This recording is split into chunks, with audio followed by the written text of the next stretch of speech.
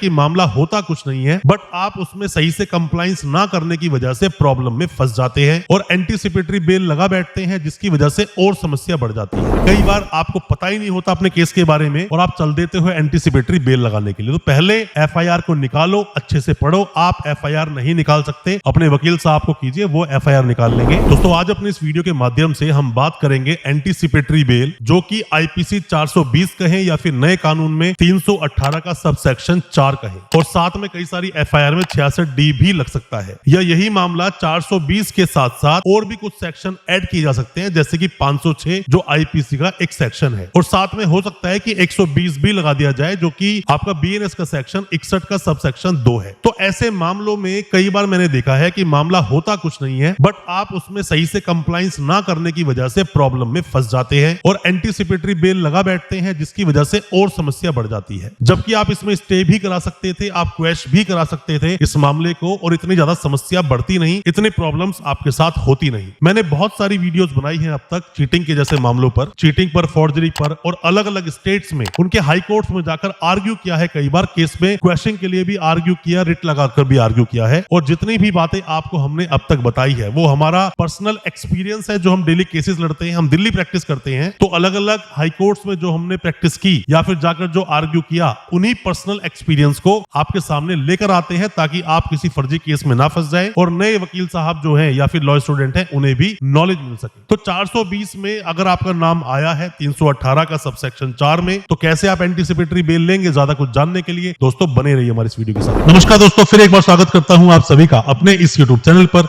जिसका नाम है बेल लॉज। मेरा नाम है वीरेंद्र वर्मा। दोस्तों, पहले जो मैंने बहुत सारी वीडियोस बनाई है क्वेश्चन पर भी आपको बताया है। सबसे पहली बात जो आपको जाननी चाहिए, मैं अभी मेन मुद्दों पर आऊंगा, बट ये बात आपके लिए बहुत जरूरी है जानना, क्योंकि 420 या 318 का सबसेक्शन 4 ये मामले क्या है? 7 साल तक की कैद के अपराध है। ऐसे मामले में बड़ा क्लियर कट कहना है सुप्रीम कोर्ट का भी कि आप बिना 41A का नोटिस दिए, अगर मामला आईपीसी में है तो 41A का नोटिस मिलेगा सीआरपीसी का, और अगर मामला नए बीएनएस के कानून में है 318 का सबसेक्शन 4, तो मामला बनेगा 35 का सबसेक्शन 3 का नोटिस आपको मिलेगा ही। और अगर पुलिस नहीं देती है और अगर ऐसे में आपको अरेस्ट कर लेती है तो ये इल्लीगल अरेस्ट माना जाएगा। दोस्तों, वीडियो को आगे बढ़ाने से पहले मैं आपको बताना चाहूंगा कि आप में से कोई भी नए वकील साहब है, कोई भी लॉ स्टूडेंट है, कोई भी कानून की अभी जानकारी ले रहा है, आप पर कोई केस हुआ है या आपने किसी पर कोई केस किया है, कुछ भी सजेशन चाहते हैं, कोई भी जानकारी चाहते हैं, दिए गए नंबर पे व्हाट्सएप करें, हम आपको रिप्लाई जरूर करेंगे। हो सकता है हमारे रिप्लाई से आपकी कोई मदद हो सके, क्योंकि दोस्तों हम वो सब आपको बता रहे हैं जो प्रैक्टिकली हमारा एक्सपीरियंस है, चाहे वो ट्रायल कोर्ट हो, हाई कोर्ट हो या सुप्रीम कोर्ट में किस तरह से केसेस को फाइट किया जाता है, प्रैक्टिकली क्या होता है, उसके बारे में दोस्तों हम बात कर रहे हैं। अब आते हैं वीडियो पर वापस। मैं टोटल 7-8 पॉइंट में आपको बताऊंगा और आपके डाउट्स को क्लियर करूंगा। दोस्तों, सबसे पहली बात कि जब भी कभी कोई केस दर्ज होता है आप पर, तो मैंने कई बार देखा है कि आप हम लोगों को भी नोटिस भेजते हो कि सर मेरे पास नोटिस आया है। क्या उसकी एफआईआर आपके पास है? एफआईआर नहीं है तो निकालो और एफआईआर को पढ़ो कि क्या आपका नाम एफआईआर में है, क्या एफआईआर में नामजद आपका नाम वहां मेंशन है, मतलब कि क्या आपके नाम के साथ एफआईआर कटी हुई है, एफआईआर का कंटेंट क्या बोलता है। कई बार आपको पता ही नहीं होता अपने केस के बारे में और आप चल देते हो एंटीसिपेटरी बेल लगाने के लिए। तो पहले एफआईआर को निकालो, अच्छे से पढ़ो। आप एफआईआर नहीं निकाल सकते, अपने वकील साहब को कीजिए, वो एफआईआर निकाल लेंगे। एफआईआर को ढंग से पढ़कर ही ग्राउंड बनते हैं, ऐसे ग्राउंड नहीं बनते दोस्तों। अब बात करते हैं दूसरे पॉइंट की, पर उससे पहले दोस्तों आप में से किसी पर भी कोई भी किसी भी तरह का मुकदमा हुआ है या आपका नाम आया है ऐसे मामलों में, और आप ऑनलाइन कंसल्टेंसी चाहते हैं और चाहते हैं केस के बारे में डिस्कस करना, दिए गए नंबर पे व्हाट्सएप करें, आपको हमारा रिप्लाई आएगा। हो सकता है हमारे किसी रिप्लाई से आप अपने केस से बाहर निकल सके। आप में से कोई भी नए वकील साहब है, कोई भी लॉ स्टूडेंट है, वीडियो को पूरा देखें और समझें मैं क्या क्या आपको बता रहा हूं अपने एक्सपीरियंस के बारे में। दिल्ली में जो हमने केसेस लड़े या दूसरे स्टेट में जो केसेस लड़े, उसमें क्या कुछ होता है ऐसे मामलों में, पूरी जानकारी आपको मिलेगी। अब दूसरा पॉइंट दोस्तों बात करते हैं कि कई बार मैंने ये भी देखा है कि एक इंसान ने दूसरे इंसान को पैसा दिया उधार पैसा देने के बाद में अब पैसा वापस जब नहीं मिला साल 6 महीने में, तो दूसरे वाले आदमी का जिसने पैसा दिया था, पुलिस में उसका रुतबा था, जाके उसने वहां पे एफआईआर लॉन्च करवा दी, पड़े स्टोरी बना दी। स्टोरी कुछ भी बन सकती है कि मेरी नौकरी लगवाने के लिए मुझसे पैसा लिया था, मुझे कुछ सामान बेचने के लिए पैसा लिया था, या पैसा लिया गया था कि प्रॉपर्टी में तेरे को दिलवाऊंगा। क्योंकि सिर्फ पैसा उधार दिया, इंटरेस्ट पे दिया, ये तो कोई केस नहीं बना, सिविल नेचर का है, अपने पैसे की रिकवरी कराओ। बट ये मामले सीधा सीधा जाके 420 में नहीं जाते। तो ऐसे मामलों में सेटिंग से कई बार एफआईआर लॉन्च करा दी जाती है, और अगर ऐसे कोई एफआईआर लॉन्च हुई है तो अपने वकील साहब को बोलिए, बोलिए, केस को सही से रिप्रेजेंट करेंगे तो ना तो इसमें अरेस्टिंग होगी, ना आपके पास नोटिस ही आएगा, केस खत्म भी हो जाएगा। सीधा जाकर आप क्वेश्चन लगा सकते हैं, रिट लगा सकते हैं कि पुलिस अपनी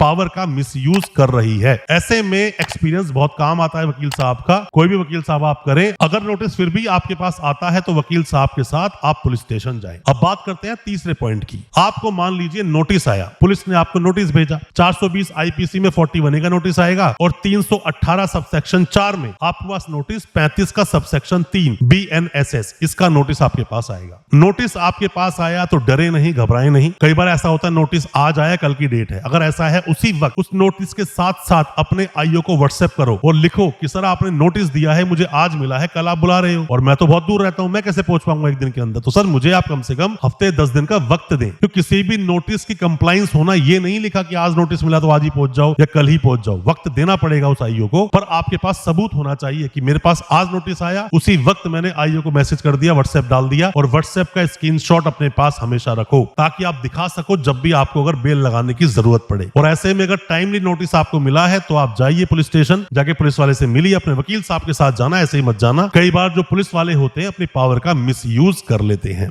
अब बात करते हैं चौथे पॉइंट में। सिर्फ नोटिस आपके पास आया है, सिर्फ नोटिस, तो सीधा एंटीसिपेटरी बेल मत लगाना। कई बार बहुत सारे लोग मैंने देखे हैं गलती कर बैठते हैं, या फिर नए कोई वकील साहब होते हैं या फिर उनको नॉलेज नहीं होती, वो बोलते हैं और आप एंटीसिपेटरी बेल लगा देते हैं। ऐसे में वकील साहब का एक्सपीरियंस, वकील साहब की नॉलेज और वकील साहब ने कितने केसेस लड़े उसका जो एक्सपीरियंस है वो सामने आता है, वो काम आता है दोस्तों। तो ऐसे सीधा आपको एंटीसिपेटरी बेल नहीं लगानी है। पहले आपको केस को देखना है, समझना है। अगर आपकी इन्वॉल्वमेंट है ही और लगता है पुलिस आपको अरेस्ट करेगी तो दोस्तों ऐसे में एंटीसिपेटरी आप बेल लगा सकते हैं। बट मैं फिर आपको बता दूं, पुलिस अगर आपको अरेस्ट करती भी है तो भी पुलिस को एक जस्टिफाइड आंसर देना पड़ेगा, जस्टिफिकेशन देना पड़ेगा क्यों अरेस्ट किया और रीजन को मेंशन करना पड़ेगा। अब दोस्तों बात आती है पांचवें पॉइंट की। मैंने कई बार देखा है कि आप एंटीसिपेटरी बेल सेशन कोर्ट में लगाते हैं, बेल आपकी डिसमिस हो जाती है। सेशन कोर्ट कई बार ऐसे मामलों में बेल नहीं देते हैं और जैसे ही आपकी एंटीसिपेटरी बेल डिसमिस हो गई फिर आप शांत बैठ जाते हैं, गायब हो जाते हैं, 2, 4, 5, 6 महीने के लिए गायब हो जाते हैं। ऐसे में फिर आपके वारंट हो जाते हैं। वारंट होने के बाद में 82 की प्रोसीडिंग हो जाती है भगोड़े की। उस पर डिटेल में वीडियो मैंने बनाई है कि भगोड़े की प्रक्रिया कब होती है, कैसे फिर पुलिस कुड़की करती है। उस वीडियो को आप जरूर देख लेना। तो ऐसे में दोस्तों जब मामला आएगा तो आपको कंप्लीट प्रोसेस करना है। आपने बेल लगाई सेशंस कोर्ट में, नहीं हुई कोई बात नहीं, हाई कोर्ट जाइए। हाई कोर्ट बेल लगाई नहीं हुई, सुप्रीम कोर्ट जाइए। बट आप वापस नहीं आना है आपको। उसमें से आपके वकील साहब हो सकता है कुछ ना कुछ पॉइंट निकाल लें और आपकी बेल करवा भी दें। आपकी बेल हो सकती है। आप जब भी कभी बेल लगाते हो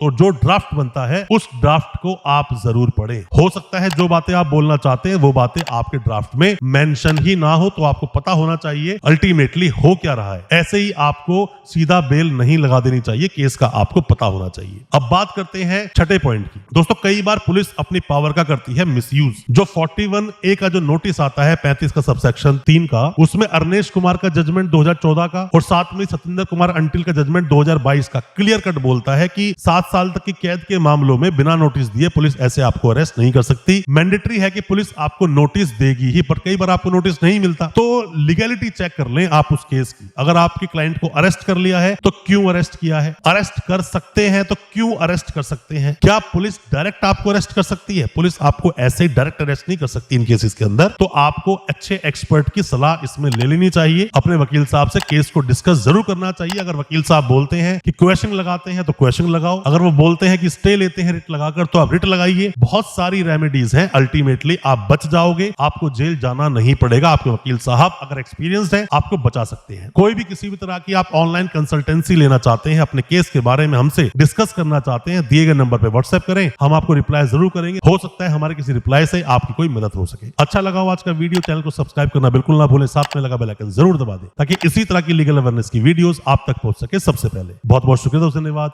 हमारे इस वीडियो के साथ बने रहने के लिए।